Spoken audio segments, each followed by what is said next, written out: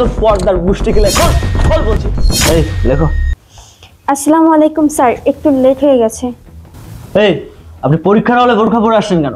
Sir আমি তো আগের থেকে বোরকা হিজাব পরে ক্লাস করতাম, এখন কি বোরকা পরে পরীক্ষা দেওয়া যাবে না? এই থামুন, পরীক্ষার হলে বোরখা পরে ঢং করতে আসছে এখানে। আমার পরীক্ষার হলে পরীক্ষা দিতে গেলে বোরখা খুলে পরীক্ষা দিতে হবে, বুঝতে পেরেছেন? স্যার আপনি এসব কি বলছেন? আমি তো ছোটবেলা থেকে পর্দা করে চলাফেরা করি, আমি কখনো বেপর্দা হয়ে চলাফেরা করিনি। এই জাস্ট শাট। এটা কোনো মহিলা মাদ্রাসা না যে তুই এখানে বোরখা পরে পরীক্ষা দিবি। এটা একটা শিক্ষা প্রতিষ্ঠান। বোরখা পরে আসছে পরীক্ষা দিতে। একজনের পরীক্ষা যদি অন্যজন দেয় আমি বুঝবো কি করে? পরীক্ষার হলে বোরখা এলাও নেই, এমনিতেই তুই লেট করে আসছিস, আউট।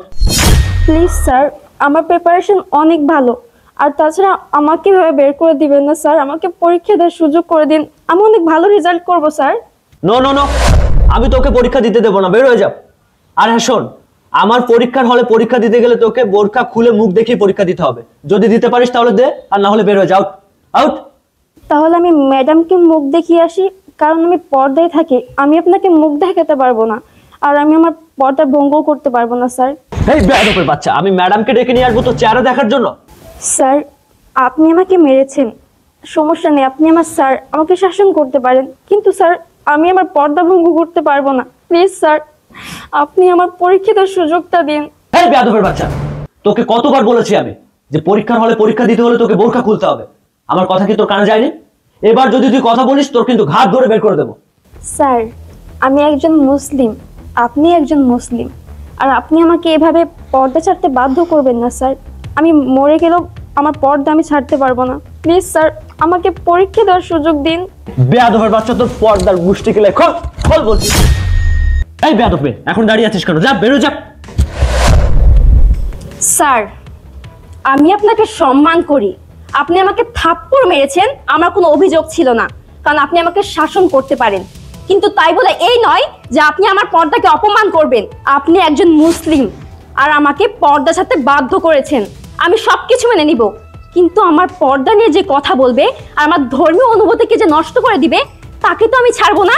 আপনার মতো শিক্ষককে কিভাবে উচিত শিক্ষা দিতে হয় তা আমি দেখাচ্ছি।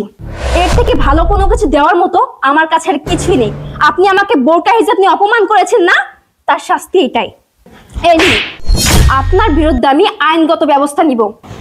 আর হ্যাঁ শুনেন, আপনি 95% মুসলিমের দেশে থেকে আপনি বোরকা হিজাবকে অপমান করেছেন না, কথাটা মনে রাখবেন, মাইন্ডেড।